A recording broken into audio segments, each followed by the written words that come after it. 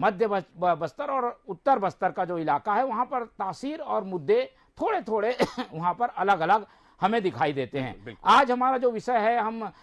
चर्चा कर रहे हैं जिन 4 सीटों की, उन सीटों को अगर हम देखें तो ये काफी टिपिकल सीटें हैं और काफी हाई प्रोफाइल सीट भी इसलिए है क्योंकि इन चारों सीटों में कोंटा, क्योंकि मंत्री हैं वहां कवासी लखमा, वो चुनाव लड़ रहे हैं, उनके सामने स्वयं मुक्का चुनाव हैं, लड़ते हुए पहली बार दिखाई देंगे। इसके अलावा दीपक बैज एक बार फिर से मुकाबले में उतरे हैं। 2018 में भी वो चुनाव लड़े थे, जीते थे, लोकसभा चुनाव लड़ा, उन्होंने सांसद बन गए, फिर वो उपचुनाव हुआ, वहां पर कांग्रेस ने फिर से जीत हासिल की। राजमन बेंजाम को ड्रॉप किया गया है और दीपक बैज की फिर से एंट्री हुई है। तो ये 2 बड़े नेता इन 4 सीटों में हमें चुनाव लड़ते दिख रहे हैं। एक एक करके विश्लेषण में आएंगे, लेकिन उसके पहले हम थोड़े मुद्दों की जमावट को समझ लेते हैं। मैं आपसे थोड़ा सा भी और समझना चाहूंगा मोहन, चूंकि अभी हमारे साथ हमारे संवाददाता, हमारे ब्यूरो और तमाम लोग भी जुड़ गए हैं, लेकिन मैं थोड़ा सा मुद्दे की बात, आपने बहुत अच्छी एक बात कही कि सर्व आदिवासी समाज एक भी अभी इस बार पार्टी लेकर तैयारी की है। उनका भी काफी समय से चल रहा था कि आदिवासी समाज की हित की बात नहीं होती, विकास की बड़े बड़े दावे और वादे किए जाते हैं, लेकिन कहीं पर भी इनके विकास और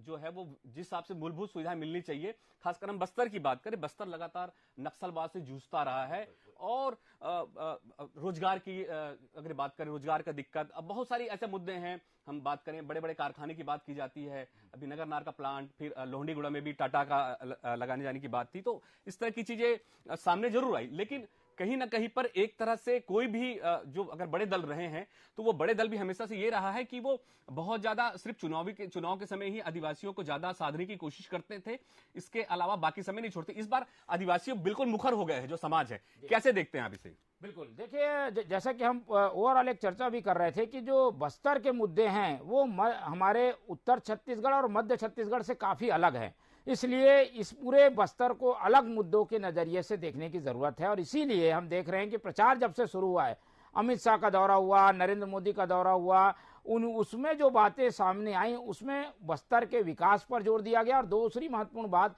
बीजेपी ये बात कह रही है कि नक्सलवाद को नियंत्रण करने में उसकी अहम भूमिका है, जबकि कांग्रेस के मुद्दे को हम देखें तो कांग्रेस कह रही है कि वहां पर नक्सलवाद को खत्म करने में उसने अहम भूमिका निभाई है। और जो भूपेश बघेल बार बार सभाओं में कहते हैं, 3 का मंत्र दिया उन्होंने कि सुरक्षा,